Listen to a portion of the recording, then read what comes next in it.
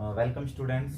हम लोग alternating current के बारे में पढ़ रहे हैं, प्रत्यावर्ती धारा। और अल्टरनेटिंग करंट के अंदर हम जो वेरियस टाइप के सर्किट पढ़ रहे थे, जब रेजिस्टेंस जुड़ा हो यानी कि शुद्ध प्रतिरोध हमने पढ़ा, और जब शुद्ध इंडक्टर यानी कि जो है प्रेरकत्व लगा हो। और आज जिस टॉपिक की हम बात करने जा रहे हैं वो है जब शुद्ध धारितीय परिपथ हो यानी कि संधारित्र लगा हो, प्योर कैपेसिटर सर्किट है। तो शुद्ध धारितीय परिपथ में देखते हैं हम क्या होगा कि एक ने हमने संधारित्र जोड़ दिया है C, और C संधारित्र को हमने एक प्रत्यावर्ती स्रोत से जोड़ दिया है जिसकी voltage V is equal to V not sine omega T है।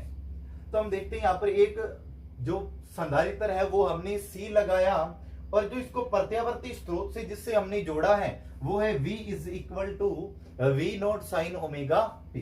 कि जैसे ही हमने इसको जोड़ दिया है तो T समय के अंदर, स्मॉल t टाइम के अंदर इसके अंदर एक धारा प्रवाहित होने लग जाती है, करंट फ्लो होता है। तो हम किरचॉफ इसके सिरों पर, फिर इसके सिरों पर जो वोल्टेज है वो VC और बैटरी की जो वोल्टेज है वो V है।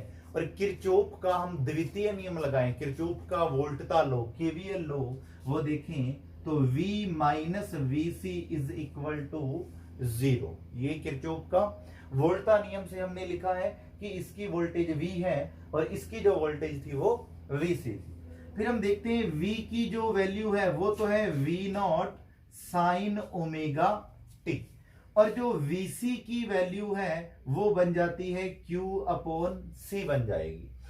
ये हम लोगों ने कैपेसिटेंस यानी कि विद्युत धारिता की परिभाषा से देखा है। Q इसका आवेश है और C धारिता है, तो इसके सिरों पर विभवांतर V is equal to Q upon C हो जाएगा। फिर हम VC की और V ये दोनों वैल्यूज हम इस इक्वेशन में पुट करें, तो इस इक्वेशन को बैलेंस करें, V is equal to VC बन जाएगा। इस साइड VC माइनस का था, इक्वल में जाकर के VC प्लस का हो जाता है। फिर हम VC और V दोनों की वैल्यूज को पुट करेंगे, तो देखते हैं V की वैल्यू है या VC दोनों की वैल्यू पुट करने जा रहे हैं। Q upon C is equal to V not sine omega T, तो ये बन जाता है। फिर देखते हैं Q is equal to C को इस साइड लेकर गए, CV not sine omega T बने। संधारित्र में संचित आवेश का मान आया है जब हमने V इसको प्रत्यावर्ती स्रोत से जोड़ा है, कनेक्ट किया है। अब T समय के अंदर आवेश प्रवाहित हो रहा है, क्यों? तो जब किसी समय के सापेक्ष आवेश प्रवाहित होता है तो विद्युत धारा आएगी, यानी कि I is equal to dQ upon dt। आवेश की जो प्रवाह की दर होती है उसे विद्युत धारा कहते हैं, इलेक्ट्रिक करंट, यानी कि जब चार्ज जो है चेंज हो रहा है with respect to time, then electric current will be generate. तो हम देखते हैं Q की वैल्यू को यहां पुट करेंगे, I is equal to d upon dt। Q की वैल्यू है CV not sine omega T। तो हमने जो चार्ज Q की वैल्यू है उसको यहां पर पुट कर दिया है। आगे हम देखते हैं इसको डिफरेंशिएशन करेंगे, इसका अवकलन करते हैं हम लोग। तो I is equal to CV not constant है तो बाहर आ जाएगा, अंदर बचता है sine omega T. Sine omega T का हम डिफरेंशिएशन यानी कि अवकलन करेंगे विद रिस्पेक्ट dt। तो dt के सापेक्ष साइन ओमेगा टी का जो है वो अवकलन करेंगे, तो साइन का हो जाएगा कोस ओमेगा टी, और फिर आगे ओमेगा टी का करते हैं तो ओमेगा हो जाएगा। तो ये इसका अवकलन हुआ, यानी कि I is equal to CV not omega cos omega T. तो ये इसके I की वैल्यू आई है। आगे हम देखें तो जो CV नॉट ओमेगा है वो I नॉट का मान होता है, यानी कि धारा का अधिकतम मान है, शिखर मान है, उसका मैक्सिमम वैल्यू होती है विद्युत धारा की जो इसमें प्रवाहित हो रही है, प्रत्यावर्ती धारा। तो I इज इक्वल टू हम इसको लिख सकते हैं I not cos omega T, कि CV नॉट ओमेगा जो है ये प्रत्यावर्ती धारा का अधिकतम मान है, शिखर मान है, पीक वैल्यू जो यहां पर हमें प्राप्त होती है। ये वाली वैल्यू जो होती है अधिकतम मान, शिखर मान, ये हम पीछे पढ़ भी चुके हैं। शिखर मान यानी कि अधिकतम मान जो होता है उसका मैक्सिमम वैल्यू। तो ये जो है CV नॉट ओमेगा के इक्वल है। तो इसको हम इस प्रकार से लिख सकते हैं, तो ये जो कि इसकी वैल्यू प्राप्त हुई। या फिर हम इसको ऐसे भी लिख सकते हैं कि जो आई नोट है इसकी वैल्यू इस प्रकार से प्राप्त हुई कि जो है वी नोट 1/c ओमेगा। तो ये भी इसकी वैल्यू हो सकती है, सी ओमेगा ऊपर जाएगा तो ये वापिस वी नोट सी ओमेगा बन जाता है। तो एक्चुअल के अंदर जो आई नोट की वैल्यू है, यानी कि इस एसी का जो मैक्सिमम वैल्यू है, शिखर मान है, अधिकतम मान, वो we naught upon 1/c omega होता है, जो कि इसका अधिकतम मान है, शिखर मान है। तो हम इसको कोस ओमेगा टी को यदि हम लिखे तो ऐसे लिख सकते हैं sign omega T plus pi by 2, ऐसे लिख सकते हैं साइन 90 प्लस थीटा लिख सकते हैं हम कोस थीटा को। तो हमने इसको यहां चेंज कर लिया, तो ये बन जाता है I is equal to I not sine omega T plus pi by 2। तो ये प्रत्यावर्ती धारा आई है कब? जब शुद्ध धारितीय परिपथ लगा हो, शुद्ध संधारित्र जुड़ा हो, तब प्रत्यावर्ती धारा इतनी आएगी। और जो हमने वोल्टेज जोड़ी थी वो V is equal to V not sine omega T थी। ये तो वोल्टेज कनेक्ट कर रखी है, और जो इसके अंदर धारा प्राप्त हो रही है, धारा का जो प्रवाह हो रहा है वो I is equal to I not sine omega T plus pi by 2 प्राप्त होगा। तो यहां से जो चेंज आ रहा है वो इतना आया है, प्लस पाई बाई 2 आई की इक्वेशन में एक्स्ट्रा आ रहा है।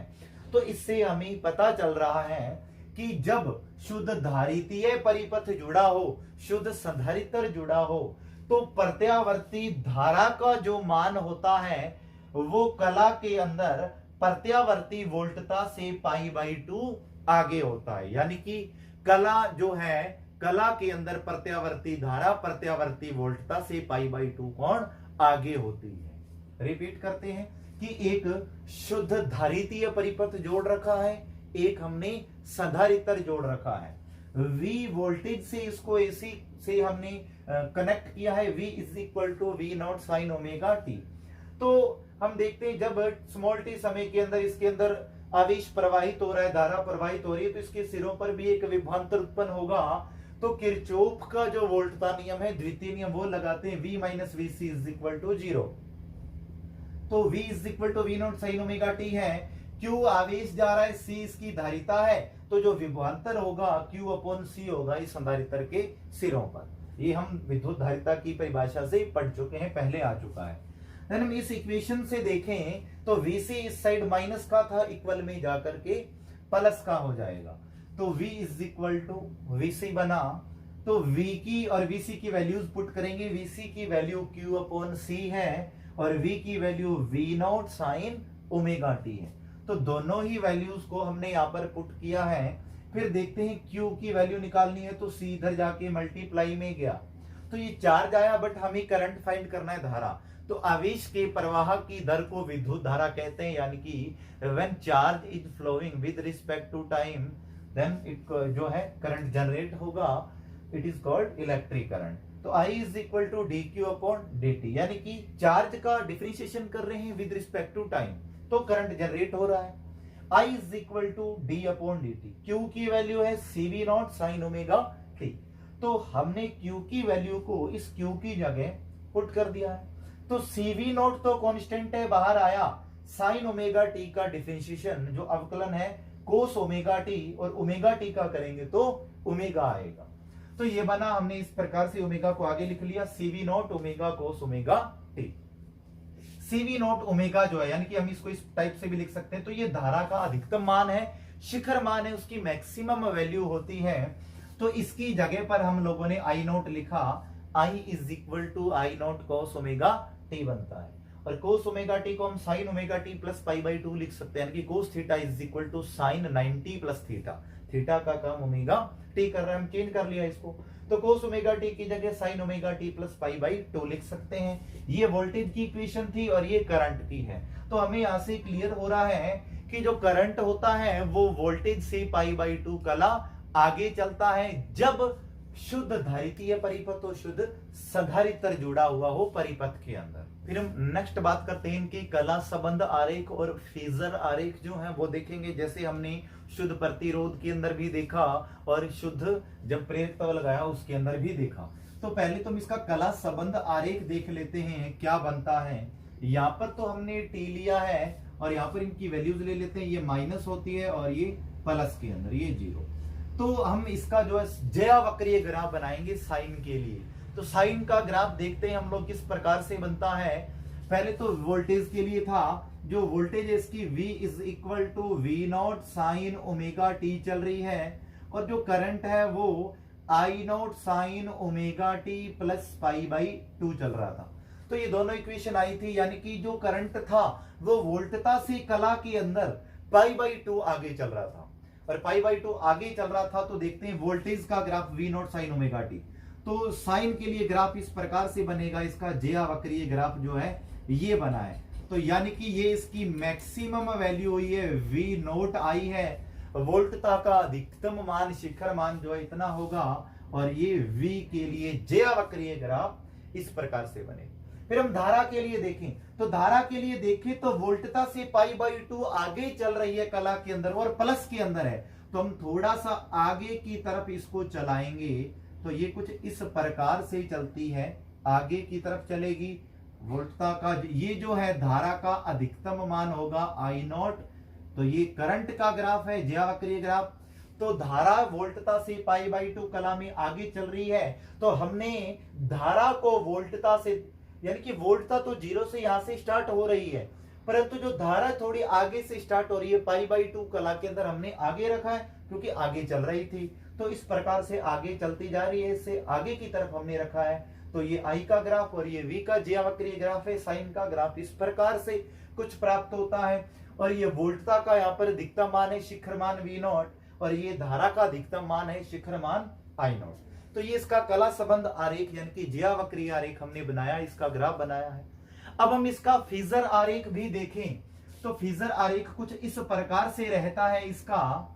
ये एक्स अक्ष लिया हमने और यहाँ पर हमने वाई अक्ष लिया है, और ये वोल्टता का अधिकतम मान V नॉट है, यानी कि ओमेगा टी एंगल बन रहा है, theta is equal to omega T होता है। और फिर यदि हम देखें कि जो धारा है, जो करंट है, वो वोल्टता से पाई बाई 2 आगे चल रहा था कला के अंदर, तो ये करंट का अधिकतम मान आई नॉट है, और कितना आगे चल रहा है, वोल्टता और करंट के बीच एंगल कितना था, प्लस पाई बाई 2 कला है इन दोनों के मध्य।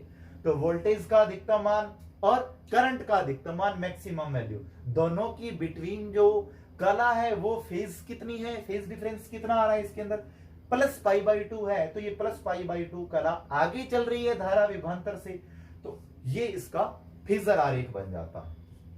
हमने एक चीज पढ़ी कि I not is equal to V not C omega था, तो हम इसको कुछ इस प्रकार से भी लिख सकते हैं, V not upon 1 upon C omega. तो कुछ इस प्रकार से भी लिखा जा सकता है ये, ताकि ऊपर जाता है तो सेम यही बनेगा। आगे हम देखें इसको कि ये जो आई नॉट का मान था, जब शुद्ध संधारित्र जुड़ा हुआ है, प्योर कैपेसिटर कनेक्टेड था, यहाँ पर इस प्रकार से हमने परिपथ लिया था। तो जब केवल संधारित्र जुड़ा हो, तब इसके सिरों पर जो करंट है, जो फ्लो हो रहा है इसके अंदर, उस करंट के अंदर जो रुकावट उत्पन्न हो रही है, बाधा यानी कि एक प्रतिरोध आ रहा है, रेजिस्टेंस, जिसे हम कहते हैं धारितीय प्रतिघात, XC से लिखते हैं। I is equal two ohm के नियम से V अपॉन R होता है। तो यहां पर देखते हैं क्या बनता है, I not is equal to V not upon R। तो 1 अपॉन C ओमेगा R का, यानी कि XC का काम कर रहा है। XC यहां पर एक रुकावट है, एक बाधा है, एक टाइप का रेजिस्टेंस है, जिसे धारितीय प्रतिघात कहते हैं।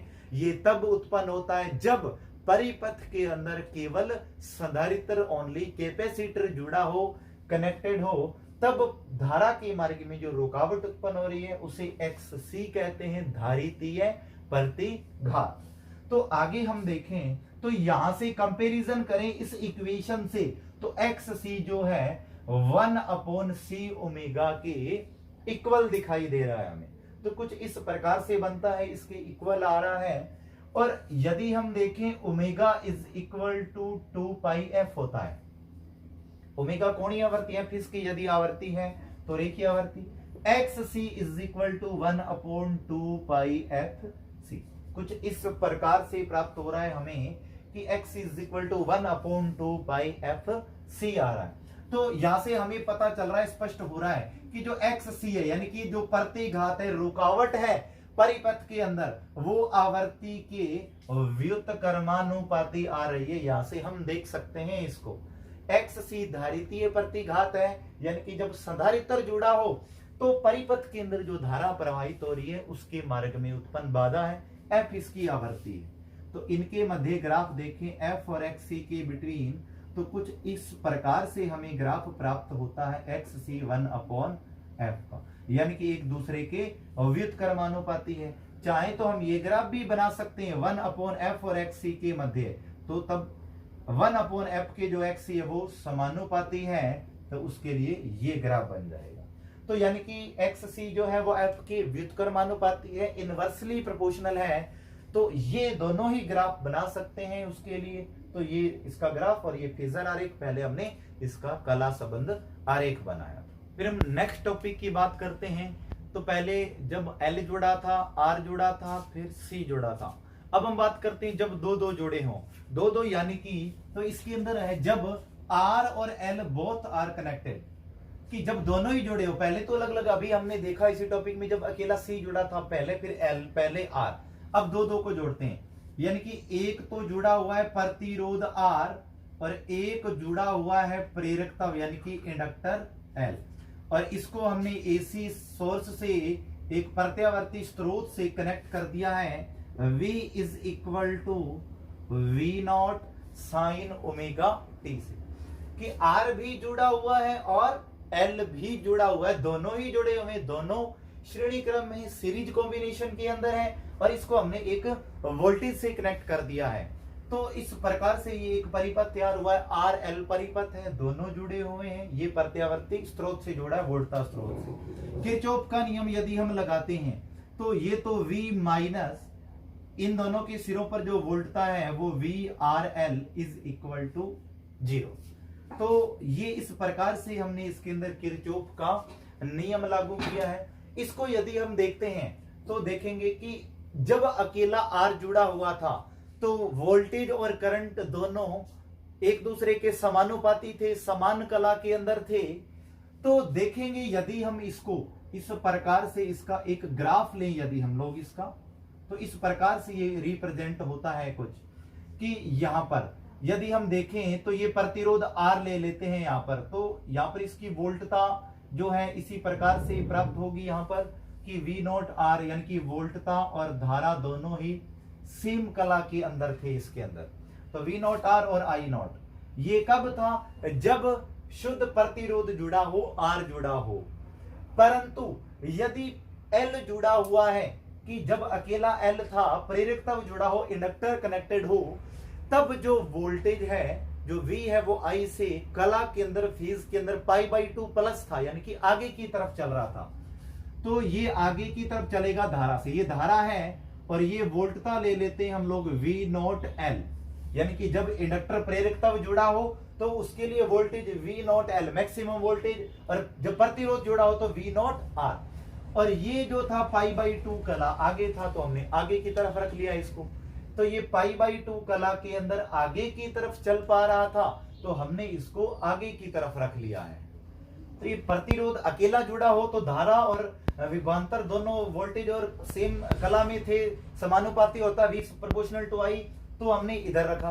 और जब अकेला प्रेरकता जुड़ा हो तो L और I के बिटवीन, जो V और I के बिटवीन एंगल होता है वो π/2 होता है। तो ये कला जो है ये फाई कला प्राप्त हो रही है, और ये इनके मध्य में परिणामी वोल्टेज V0RL आ गई, यानी कि R और L जब दोनों जुड़े हों तो परिणामी जो वोल्टेज है, रिजल्टेंट वोल्टेज, मैक्सिमम वोल्टेज जो V0RL आ जाएगी, जब बहुत जुड़े हों, दोनों जुड़े हों। तो जब ये L और I, जो V0L और I0, इन दोनों ये L की वोल्टेज है, और जो है L जुड़ा हो, और जब R जुड़ा हुआ था तो प्रोपोर्शनल थे सेम डायरेक्शन में, तो ये आएगा। और जब L जुड़ा हो तो V और I के मध्य एंगल π/2, आगे थी वोल्टता धारा से, तो हमने इसको π/2, इन दोनों ये देख सकते हैं दोनों एक दूसरे के लंबवत है, तो हमने आगे की तरफ रखा। परिणामी इन दोनों के मध्य आया, यदि सदिशों के रूप में इसको बदलें तो ये परिणामी आ चुका है। और यदि हम इसको इस प्रकार से देखें कि जो प्रतिरोध जुड़ा है तो प्रतिरोध के लिए तो आर, रुकावट जो है आर आ जाएगी। और जब एल जुड़ा है, अकेला प्रेरकत्व जुड़ा है, तो धारा के मार्ग में जो रुकावट उत्पन्न होती है उसे एक्स एल से प्रदर्शित करते हैं। तो एक्स एल आ जाएगी और ये आर आ जाएगी, और ये जो है इसका ये एंगल फाई बन रहा है, यानी कि पाई बाई 2, दोनों लंबवत थे।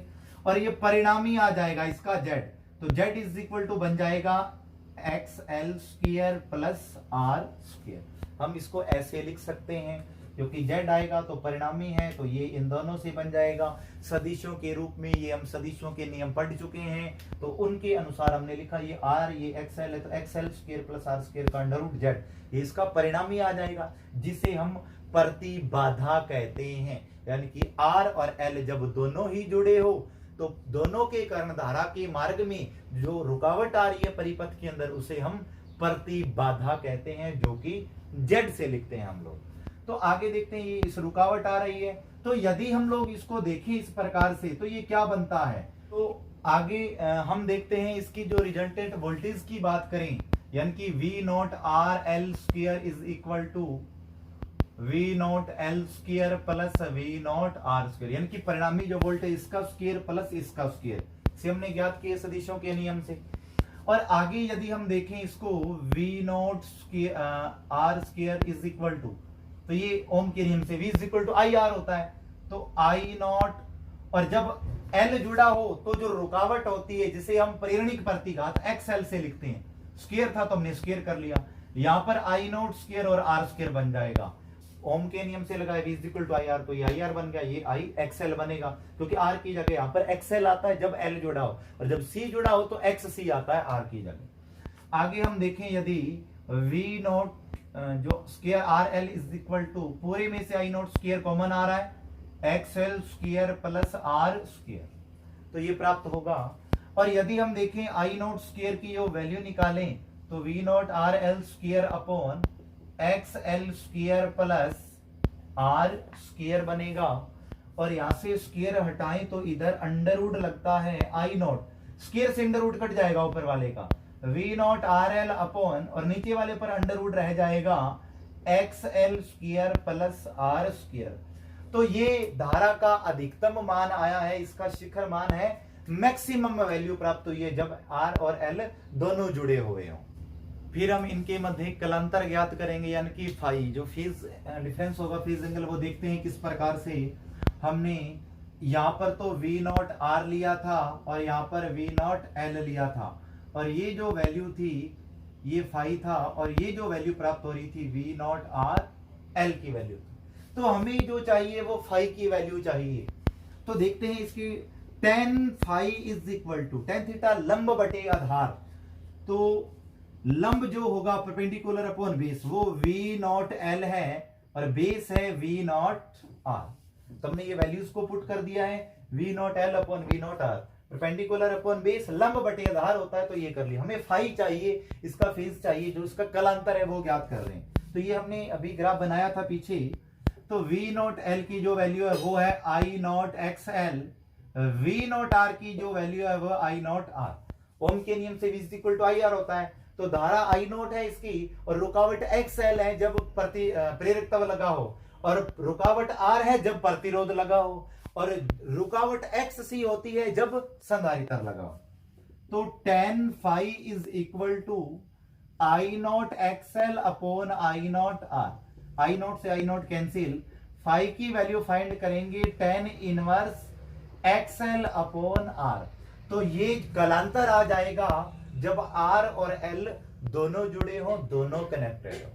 फिर हम इनका कला संबंध आरेख देखें, तो कला संबंध आरेख जो है वो कुछ इस प्रकार से बनेगा कि वोल्टता के लिए तो ये बन जाएगा, वोल्टता का अधिकतम मान V नोट हो चुका है, वोल्टेज की मैक्सिमम वैल्यू होती है, तो ये वोल्टता का अधिकतम मान है जब प्रतिरोध जुड़ा हुआ था अकेला, तो V और I समानुपाती होते हैं, लेकिन जब L को हमने जोड़ दिया है तो L के लिए क्या होता है, प्रेरकत्व के लिए जो धारा है वो पाई बाई 2 पीछे चलती है, यानी कि इस प्रकार से I not sine omega t minus pi by 2, और ये V not sine omega T, तो ये V और ये I के लिए होता है। यानी कि जो धारा है वो कला में π/2 पीछे होती है विभवांतर से। तो हम धारा को कला में पीछे की तरफ रखेंगे तो कुछ इस प्रकार से चलती है। तो ये धारा का अधिकतम मान I0, तो ये धारा के लिए I और विभवांतर के लिए V। तो ये इसका कला संबंध आरेख बन जाता है। और फिर हम इसका फेजर आरेख देखें यदि इसका, तो फेजर ग्राफ क्या बनता है इसका देखते हैं। फेजर आरेख कि x एक्सिस लिया है और यहां पर y एक्सिस लिया है हम लोगों ने, और यहां पर ये theta is equal to omega T. तो ये जो है हमने V0 R ले लिया है इस प्रकार से, और यहां पर हम लोग लेते हैं V0 L के। तो दोनों एक दूसरे के लंबवत चल रहे हैं, तो I और जो R होता है I0, अधिकतम मान धारा का ले लिया हमने। V और I दोनों सेम चलते हैं जब प्रतिरोध लगा होता है।